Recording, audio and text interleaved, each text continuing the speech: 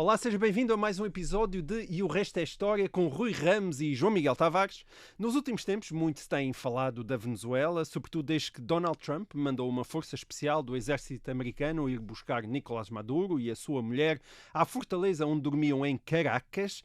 E os nossos caros ouvintes, como, por exemplo, o Nuno Silva, começaram a enviar perguntas sobre o tema, mas eles e todos já conhecem a regra de ouro deste programa. Nós não fazemos comentário à atualidade política, mas podemos e devemos ajudar a compreender essa atualidade política através da história, em boa parte porque é mesmo para isso que ela serve. Rui, a Venezuela é um país independente desde o início do século XIX, mas tem muita história antes disso e também tem muita história depois disso. Já foi um dos países mais prósperos da América Latina. Nos últimos anos transformou-se num dos mais pobres. Eu pedi-te que nos ajudasses a compreender esta história de altos e baixos, que é tão atribulada, e aquilo que se está a passar no país. E já agora ajuda-nos também a perceber porque é que os países da América Central e da América do Sul, que se separaram do Império Espanhol, parecem ter tanta dificuldade em ser politicamente estáveis. Por onde é que achas que vale a pena começar? Bem, por essa referência a um país de altos e baixos, porque Sim. é um país de altos e baixos na geografia, tem altas montanhas e tem planícies e uma zona costeira tropical, e é um país de altos e baixos na economia. Isto é, tão depressa é o mais rico como é o mais pobre, o que é uma coisa estranha. Mas vamos Mas não é só de agora? Já vem de há mais tempo? Ok. Enfim, nos últimos tempos tornou-se mais notório, mas é uma tendência que existe ali desde há mais tempo do que à atualidade. Mas vamos situar-nos. A Venezuela fica no norte da América do Sul e tem 912 mil quilómetros quadrados com 28 milhões de habitantes. Portanto, é um território que tem 10 vezes o tamanho de Portugal, muito grande, mas com uma população que é só 3 vezes, cerca de 3 vezes a população portuguesa. Portanto, uma densidade muito mais baixa de população do que Portugal. De onde é que vem o nome? Há várias histórias sobre isso. A mais engraçada é aquela que diz que foram navegadores italianos, em concreto Americo Vespucci, que no fim do século XV terão andado lá na costa.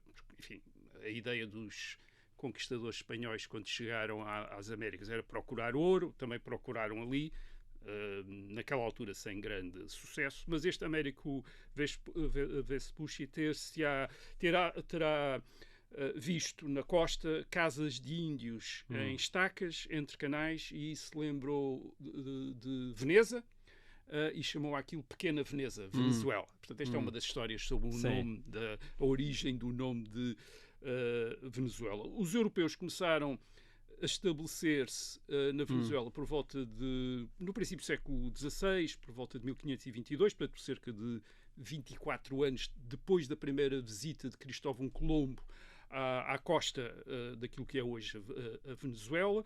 Inicialmente estão apenas na costa e nas ilhas costeiras. Portanto, a Venezuela fica no Mar das Caraíbas, tem muitas ilhas, também tem muitas ilhas perto da costa. Em 1567 já tinham estabelecido a povoação de Caracas. Para o interior não tinham ido muito. Tinha havido algumas expedições à procura de ouro, mas sem grande sucesso. Missionários também, não? E eram sobretudo missionários que tinham ido tentando converter as tribos de nativos. Mas isso acontece muito mais já tardiamente no século XVII, XVIII, propriamente no século XVI. Os nativos aparentemente terão sido muitos quando os europeus chegaram, talvez 1 milhão. Enfim, estimativas são discutíveis. O que acontece é que no fim do século XVI, por volta de 1580, eles são vítimas do mesmo de que são vítimas a maior parte da população nativa das Américas, que é o contacto com as doenças trazidas pelos europeus. E há uma epidemia de varíola que mata uma grande parte da população nativa da Venezuela no fim do século XVI. Por exemplo, nós sabemos que em 1800 só há 600 mil o território da Venezuela só tem 600 mil habitantes. Em 1800, início do século XIX. Sim, e cerca de 50% são índios, quer dizer, ou são aquilo que os europeus chamam índios. nativos. Portanto, isto quer dizer que essa população, se é verdade que foi de 1 milhão de habitantes no século XVI, teria sido reduzida a um terço. E os outros 50% já eram... Os outros 50% são, cerca de 300 mil, são europeus, ou descendentes de europeus, ou de escravos africanos, também trazidos ali para aquela zona. Há uma grande importação de escravos africanos para toda aquela zona das Caraíbas, porque é uma zona de produção de açúcar. Portanto, também alguns vêm para a Venezuela, mas não em grandes quantidades. Isto é, não é uma grande quantidade, não é uma zona de escravidão africana. E hoje em dia, por exemplo, perguntados sobre as suas características étnicas, a maior parte dos venezuelanos dizem que são morenos, isto é, mestiços de índios e de brancos. Cerca de 40% dizem que são brancos, portanto, enfim, europeus, e só 3% é que dizem que são negros, isto é, descendentes de africanos. Portanto, isto é uma ideia, é uma composição bastante diferente, por exemplo, da que vamos encontrar no Brasil, claro, da que vamos encontrar nas ilhas em muitas das ilhas das Caraíbas, onde há um grande predomínio de população africana, isto é, descendentes de antigos escravos. Quando é que a Venezuela adquiriu uma identidade política? Isto é, passou a ser vista como uma unidade com algum sentido político, separado do resto da América Espanhola. Embora ainda não com as fronteiras atuais. Nós sabemos que em 1717, o que é hoje a Venezuela, fazia parte do vice-reinado de Nova Granada. Portanto, a América Espanhola está dividida em vice-reinados e em capitanias gerais. E, portanto, inicialmente a Venezuela faz parte de um vice-reinado, que é o vice-reinado de Nova Granada, que tem a capital em Bogotá. Bogotá fica hoje é hoje a capital da República da Colômbia. Na altura era a capital deste vice-reinado de Nova Granada e a Venezuela fazia parte dessa unidade. Mas no fim do século XVIII, o território é separado de Nova Granada e torna-se uma capitania geral com capital em Caracas. Portanto, é a Capitania Geral de Caracas. Portanto, com uma configuração territorial que faz lembrar um bocadinho a da Venezuela atual. Portanto, digamos que é no fim do século XVIII que se começa a distinguir ali a Venezuela como uma unidade política separada, ainda dentro da América Espanhola. Agora, como é que chega à independência? Isso é uma história que acontece no princípio do século XIX. Há umas tentativas independentistas logo no princípio do século XIX, por volta de 1805, 1806, inspiradas, obviamente, pelos Estados Unidos, pela independência dos Estados Unidos, e, portanto, há alguns crioulos que são europeus nascidos na América, portanto não são mestiços, são europeus nascidos na América, são chamados crioulos na América Espanhola, portanto são os colonos. Há alguns deles que estão, enfim, entusiasmados pelo modelo dos Estados Unidos e que tentam ali também algumas revoltas para se separarem de Espanha. Isso não tem grande sucesso. E aquilo que lhes cria verdadeiramente uma oportunidade é a invasão francesa da Península Ibérica em 1807, 1808. As invasões francesas, que são invasões francesas de Portugal, mas também de Espanha. Espanha, em 1808, também é ocupada por os exércitos franceses. A família real espanhola é capturada, é levada para a França. Napoleão dá um novo rei à Espanha, o seu irmão José, que não é reconhecido pelos espanhóis. Há uma revolta em Espanha contra a ocupação francesa, formam-se juntas de governo nas cidades espanholas da Península Ibérica, e o mesmo acontece nas Américas Espanholas, isto é, a ausência do rei, de repente não há rei, há juntas de governo na Península Ibérica, e nas Américas Espanholas os crioulos, isto é, os colonos descendentes de europeus, tomam a mesma iniciativa e dizem, bem, também vamos formar juntas de governo como na Península Ibérica. E, portanto, nestas principais cidades da América Espanhola, que são capitais de vice-reinados ou de capitanias gerais, aparecem juntas de governo. E essas juntas de governo que são juntas de governo que ainda reconhecem o rei de Espanha, portanto, ainda dizem o rei de Espanha, mas recusam a submeter-se às juntas de governo que existem na Península Ibérica. Juntas de governos espanholas, já independentes de Napoleão. Na Península Ibérica. Portanto, estão na Península Ibérica e, portanto, eles recusam-se a submeter-se, dizem, bem, nós temos tanta legitimidade para governar estes territórios como eles têm para governar a Espanha. Bem, e esse processo dá depois, enfim, aparecem os independentistas e aproveitam esta separação que já existe em termos de juntas de governo para avançarem para a independência.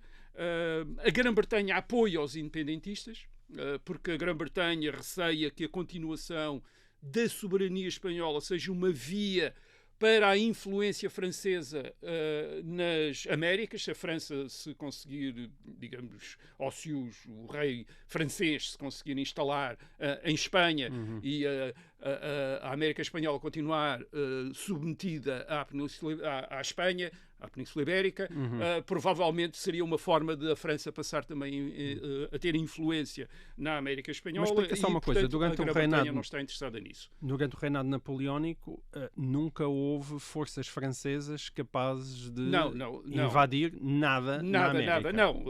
A Marinha Britânica dominou o mar e em 1804 tinha destruído a esquadra francesa, portanto os franceses não têm esquadra, nem sequer se conseguem apoiar.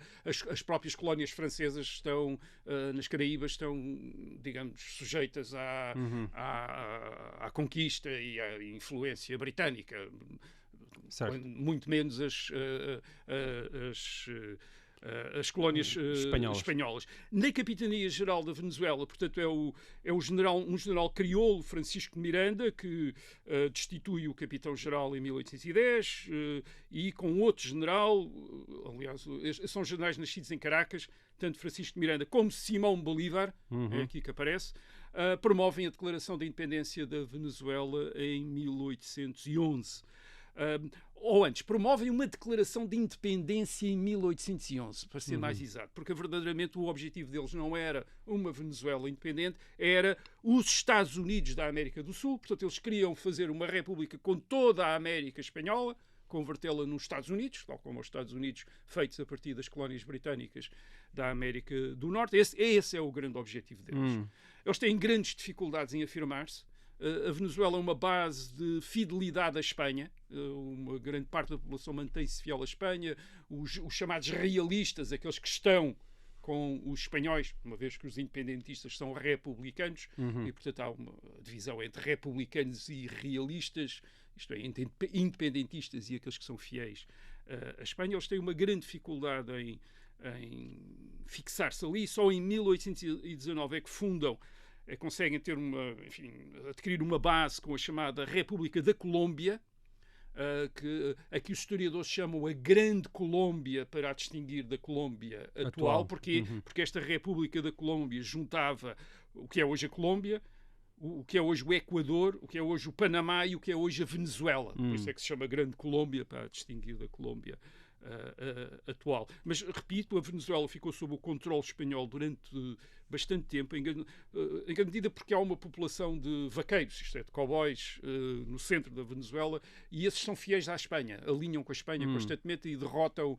em batalhas sucessivas os independentistas e, portanto, mantêm o controle, enfim, ou uma suposta ligação à Espanha, porque uma vez que a Espanha também já não controla aquilo, mas eles continuam a declarar-se fiéis à Espanha. Portanto, só em 1821 é que há uma batalha em que verdadeiramente os exércitos realistas, isto é, fiéis à Espanha, são derrotados e, portanto, a República da Grande Colômbia afirma-se. Em 1822 é reconhecida pelos Estados Unidos como portanto, uma república independente, mas a Guerra da Independência neste norte da América do Sul só termina em 1823. Portanto, é muito demorada. Estamos a falar de 13, 14 anos de guerra, de guerras. E a Venezuela, portanto... E com tropas espanholas também a combater? Há tropas espanholas, sim, mas a maior parte já são tropas locais que se mantêm fiéis à Espanha. A partir de 1814, 15, aparecem tropas espanholas, acabaram as guerras francesas na Península Ibérica, portanto há expedições espanholas para as Américas, mas os espanhóis, enfim, podemos falar nisso até talvez num outro programa, os espanhóis têm uma grande dificuldade em controlar todos os focos de rebelião que existe nas Américas, desde o Chile até ao México. Quer dizer, é uma possível. quantidade enorme de revoltas. Eles têm uma grande dificuldade em conseguir controlar, mas ainda dão muita luta.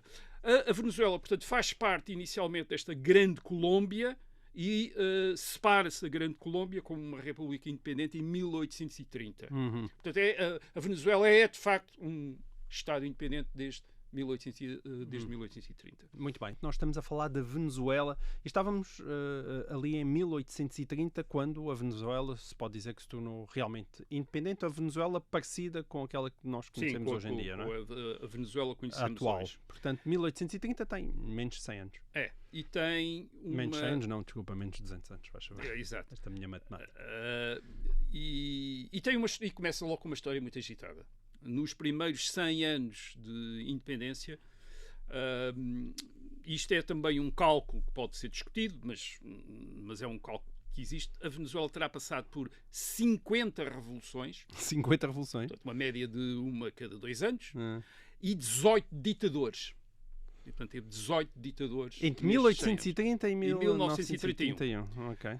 De facto, a Venezuela só é uma democracia verdadeiramente. Isto é eleições livres, um governo eleito e uma... Respeito pelos resultados. Respeito pelos resultados entre 1958 e 1998. Portanto, é na segunda metade do século XX, durante cerca de 40 anos, que é verdadeiramente uma democracia. Do resto do tempo é entre revoluções e ditaduras. Isto não é um caso único na antiga América Espanhola, e as causas da instabilidade da Venezuela também não são únicas, e portanto aquilo que eu vou fazer aqui é apontar algumas dessas principais causas, e de facto ao falar da Venezuela estamos a falar de quase todos os outros países da antiga América Espanhola. Eu diria que há 4 causas principais daquilo que nós chamaríamos de instabilidade, destas revoluções contínuas, ditaduras, guerras civis e por aí fora. É a origem militar das independências. Estes Estados tornaram-se independentes depois de longas guerras entre os independentistas e exércitos leais à Espanha. Por exemplo, no caso da Venezuela, entre 1810 e 1823, 13 anos de guerras com exércitos leais à Espanha. Depois, seguidas de longas guerras entre os novos Estados independentes para definir fronteiras. As fronteiras não são claras. Às vezes eles tentam, estes independentistas tentam a aceitar as fronteiras das antigas unidades jurisdicionais espanholas, isto é, os vice-reinados e as capitanias gerais, mas há sempre projetos de pan-americanismo, isto é, de grandes Estados, e também não é claro onde é que eram as fronteiras entre estas unidades jurisdicionais. Porque como antigamente estavam dentro da mesma, dentro da América Espanhola, não era assim tão relevante como isso, a fronteira, e portanto era móvel, quer dizer, umas vezes havia territórios que estavam de um lado e depois estavam do outro, conforme decisões administrativas, mas agora, quando se torna uma questão de soberania, de Estados soberanos, é mais complicado. E a Venezuela ainda tem um conflito territorial de que aqui falámos com a Guiana, a propósito do território desse Essequibo, precisamente numa fronteira que não estava nunca clara. Há depois também guerras dentro dos próprios Estados independentes, por causa de separatismos, isto é, regiões que se querem separar e tornar-se Estados independentes, e por causa de divisões acerca da natureza do Estado. Deve ser um Estado centralizado ou deve ser um Estado federal como os Estados Unidos, isto é, com Estados formado por Estados com uma grande autonomia. O que é que dá mas quando falas em confrontos, estás a falar mesmo de guerras civis? Estou a falar de guerras. Não, estou a falar de guerras. Não estou a falar de discussões de editoriais acesos. Não, estou a falar de guerras com milhares de mortos. Ora bem, o que é que faz estas guerras? Faz com que o poder político, quer na Venezuela, quer nos outros países independentes, tenda a assentar em forças militares. E os comandantes das forças militares tendem a tornar-se as principais figuras políticas nestes territórios. são os chamados caudilhos. Isto é, generais que depois se tornam presidentes destas repúblicas. Ora bem, o que acontece é que, como há mais do que um general, há sempre mais do que um candidato à presidência e há constantemente lutas entre estes generais para saber quem é que é o caudilho, quem é que é o presidente. Todos eles, no princípio do século XIX, Simão Bolívar e os outros, se identificam um bocado com a figura de Napoleão, isto é, o general político, e portanto todos eles imaginam que são Napoleões, quer dizer, que são grandes comandantes militares destinados a construir grandes impérios nas Américas, e claro, há um vizinho ao lado que também se acha um grande comandante militar destinado a construir um grande império, e portanto os choques são extraordinariamente frequentes. Portanto, a rivalidade e a luta entre estes chefes militares, entre estes caudilhos, é uma das principais causas de instabilidade no século XIX. Isto é uma sucessão de ditaduras militares, de golpes de Estado militares, que a maior parte destes países conhece, tirando o Brasil.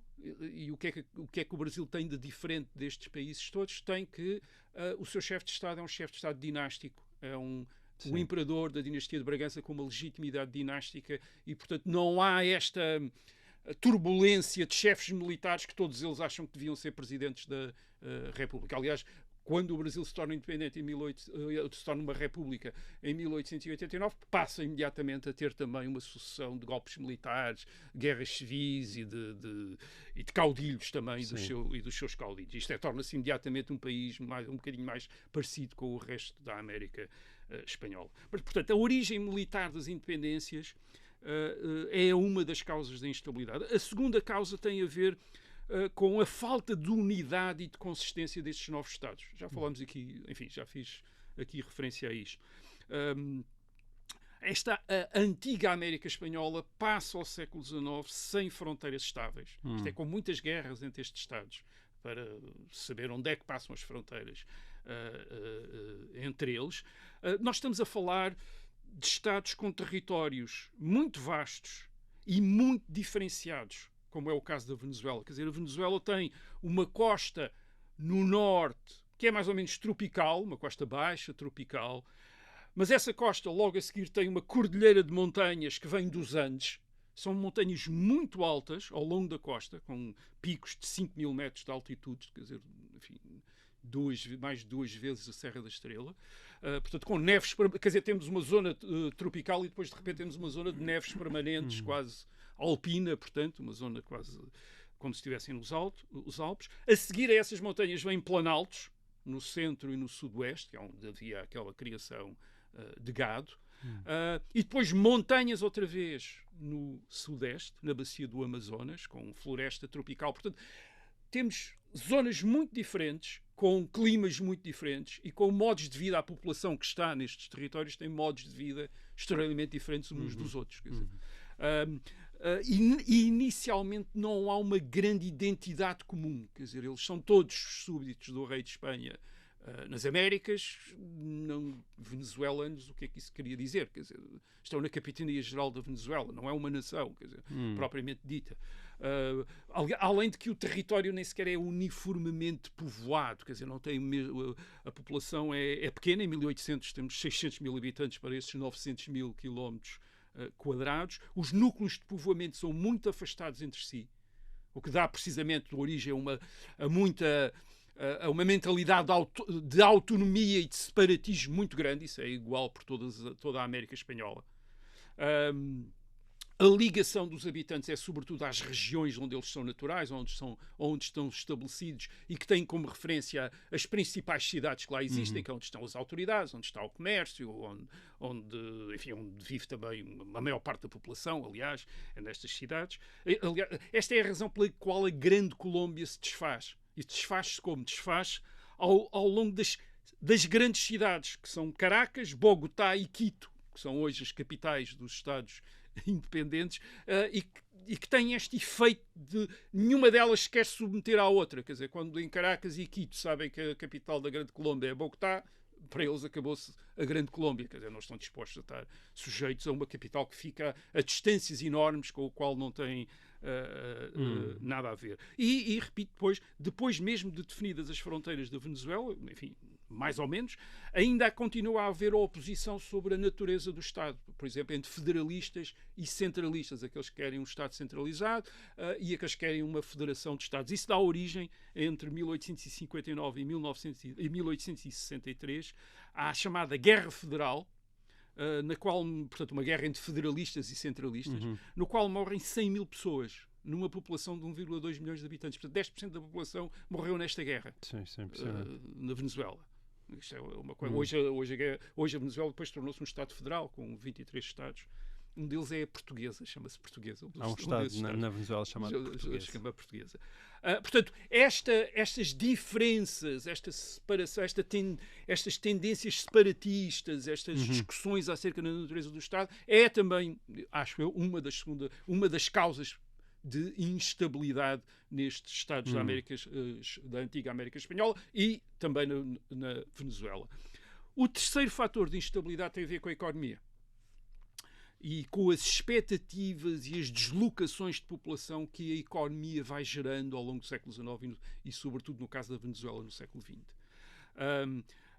Falando da América Espanhola toda, a economia destes países nos séculos XIX e XX, depois da independência, cresceu quando encontrou investidores e mercados ou nos Estados Unidos da América ou na Europa para alguns dos seus recursos naturais ou das suas produções agrícolas, geralmente produções agrícolas tropicais, a que estes países se podiam dedicar com muito vantagem, como é o caso do café na Venezuela.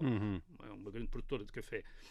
Isso ainda no século XIX. Há o grande boom do café no século XIX. Até que depois no século XX há o grande boom do petróleo. Petróleo no século XX. O petróleo no século XX veio a significar quase 90% das exportações da Venezuela.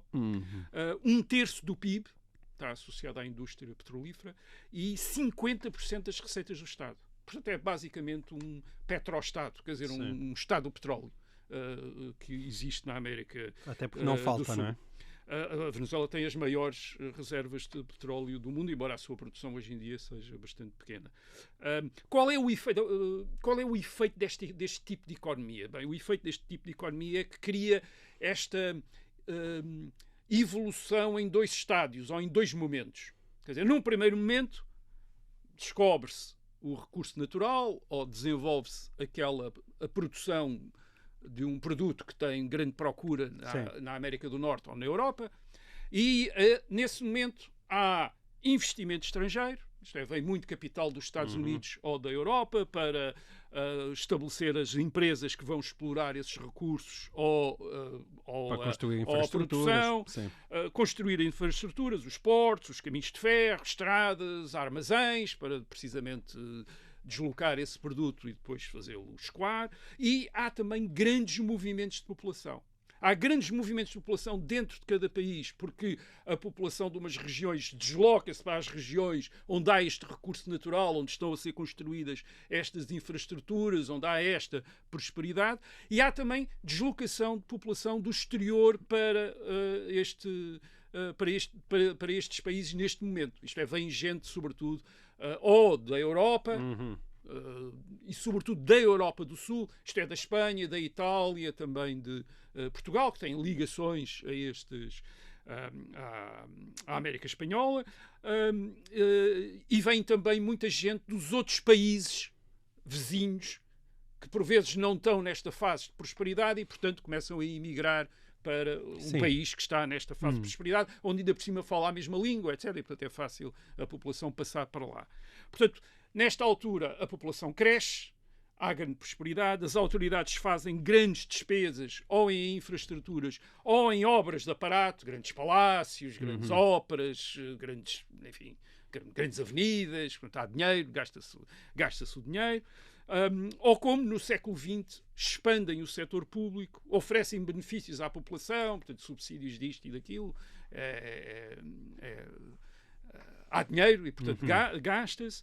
E como esperam, e além disso, como esperam que a prosperidade continue, portanto, a ideia é quando neste momento de prosperidade nunca ninguém vê o fim à prosperidade, contraem-se grandes dívidas externas, à conta da riqueza que virá no futuro. porque é que havemos de estar à espera que dos receitas do petróleo que não dão para tudo, mas vamos começar já a gastar as receitas do petróleo de daqui a 10 anos ou de daqui a 20 anos. Portanto, é uma tentação muito grande. Bem, este é o primeiro momento, é o momento da prosperidade. E depois há um segundo momento, que é o momento das vacas magras. Quer dizer, isto vem na Bíblia, quer dizer, já vinha na Bíblia as vacas gordas e as vacas magras. E neste segundo momento o que é que acontece? Os preços internacionais dos produtos que estes países produzem ou dos seus recursos naturais caem, quer por falta de procura, de repente há uma falta de procura, por exemplo, há uma crise nos Estados Unidos ou na Europa, compra-se menos café, ou menos açúcar, ou menos cacau. Ou menos petróleo. Ou aparecem outros países a concorrer com o mesmo produto e de repente os preços do café caem porque há um outro país ao lado a produzir café, às vezes até a melhores preços, entra outro país também na produção. E o que é que acontece a partir daí? Bem, a partir daí o Estado que estava endividado e que contava pagar as suas dívidas com as receitas, por exemplo, do petróleo, de repente não tem essas receitas, entra em bancarrota, não consegue pagar as dívidas internacional, fica privado do acesso ao crédito internacional, que até aí tinha sido importante para manter os serviços e os subsídios dados à população. Passa a haver falta de bens. Porquê? Porque uma parte do consumo depende da importação de bens. É muito mais barato nestes países, com estes recursos, importar os bens do que produzi-los. Portanto, quer dizer, todo o tipo de produtos de consumo corriqueiro, quer dizer, que são importados. E de repente não há. E, portanto, um país que era extraordinariamente rico no momento seguinte, não há leite, não há coisas básicas que as pessoas estavam habituadas a comprar e que eram importadas do estrangeiro. Há inflação. Dá-se o disparo da inflação, não é? Que Porquê? É o velho problema. Os governos abusam sempre do dinheiro quando lhes falta receitas, começam a imprimir notas e, portanto, há inflação a níveis tremendos. E, portanto, temos a paisagem destes países, nestes momentos de crise, estes contrastes enormes entre, por vezes, as obras luxuosas do passado. Por exemplo, o metro de Caracas é uma das coisas apresentadas geralmente como um exemplo destes casos, e depois a miséria do presente, quer dizer, a miséria do presente, mas com estas obras faraónicas, essas obras luxuosas do passado. E estes momentos, isto é, estes dois momentos, o momento de prosperidade e o momento de crise, é tornada pior pelos políticos, e sobretudo por políticos populistas. Há dois tipos de políticos populistas. Nós já falámos dos caudilhos militares, agora vamos falar de outro tipo de praga política destes países, que são estes demagogos. E eles aparecem sob duas formas. Na época de prosperidade, são políticos que disputam o poder prometendo tudo às populações. Portanto, dizem, se votarem em mim, eu ainda vos dou mais, aumento ainda mais os subsídios, etc. Nos momentos de crise aparecem um outro tipo de populistas, ou às vezes o mesmo, já reconvertido, a acusar as antigas elites da crise, a dizer são as antigas elites políticas que são as responsáveis pela crise, por causa da corrupção, por causa de estarem conluiadas com interesses estrangeiros, e se me elegerem a mim, eu faço voltar imediatamente a riqueza, porque acabo com eles e tornamos-nos outra vez muitos ricos, porque vou expropriar os ricos e vou expropriar os estrangeiros, e com essa riqueza toda nós voltamos a ser prósperos. Portanto, estes dois tipos de políticos aparecem em ciclos nestes países, com bastante êxito, e um êxito que tem também explicação no tipo de sociedades que, entretanto, se desenvolveram nestes países. Sim. Então, conta-nos lá as razões desse êxito. Porque é que estes demagogos têm grande sucesso, quer nos momentos de prosperidade, quer nos momentos de crise? Estas são sociedades de grandes desigualdades. Porquê? Porque a riqueza está muito associada aos recursos e à posse dos recursos e ao poder do Estado.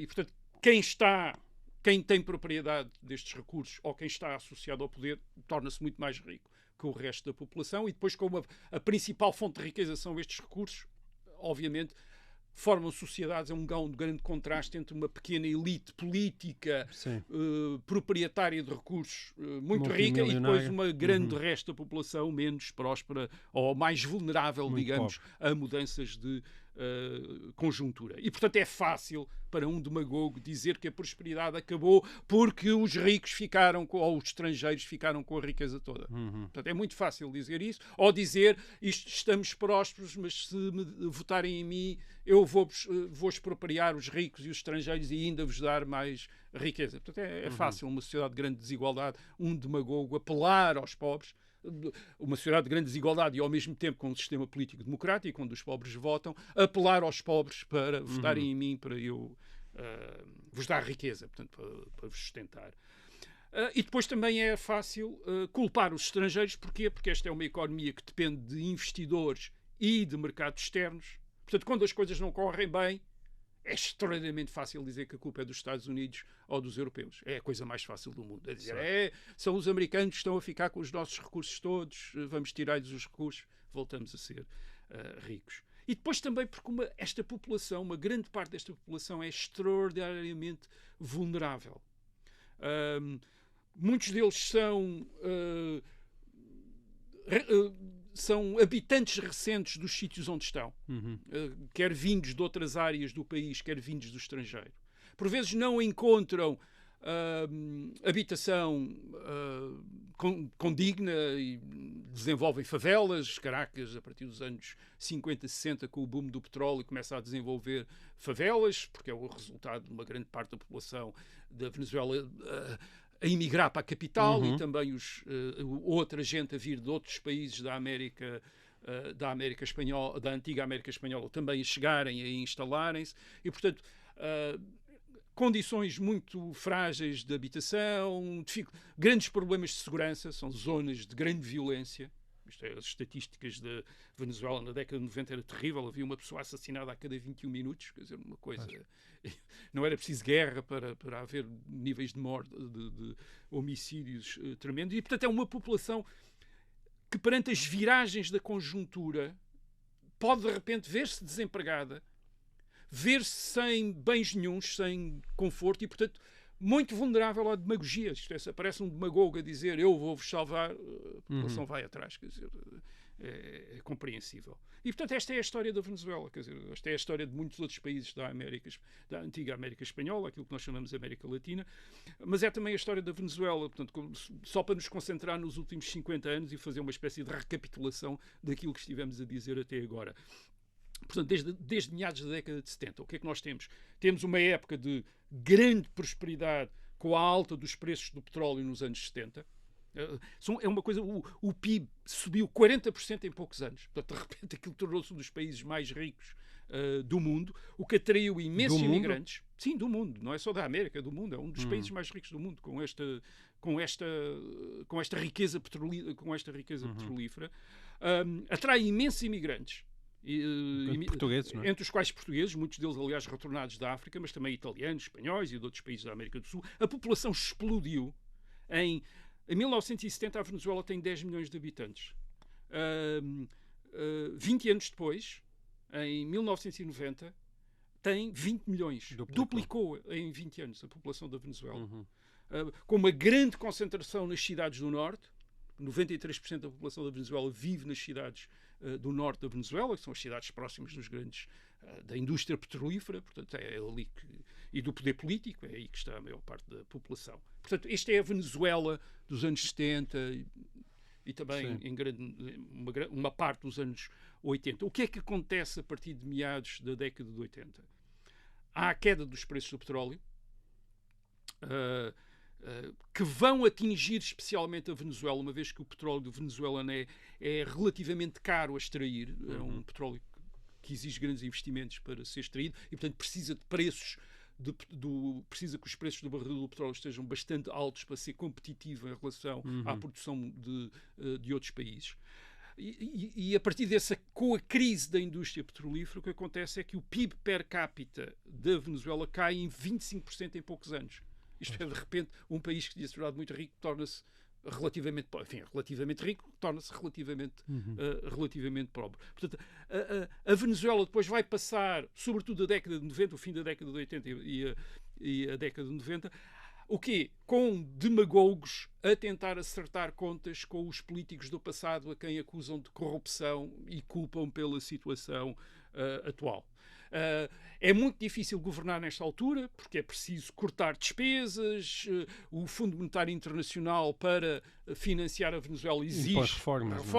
As reformas são, obviamente, controversas, é muito fácil levantar movimentos de protesto contra essas reformas, e em 1992 não aparece pela primeira vez, mas aparece com maior destaque, o coronel Hugo Chávez, que tem ligações à ditadura comunista em Cuba e que tenta um golpe de Estado precisamente contra a elite corrupta que governa a Venezuela. Esse golpe de Estado ainda falha, em 1992, mas depois, enfim, a Venezuela continua a desconjuntar-se politicamente e Hugo Chávez acaba por ser eleito presidente em 1998, portanto 6 anos depois do golpe, como precisamente o salvador. Ele identifica-se com o Simão Bolívar, quer dizer, é o novo Bolívar, quer dizer, o que vem salvar a Venezuela, e ele, logo que se torna presidente, começa a mudar a Constituição e a construir um regime autoritário, basicamente,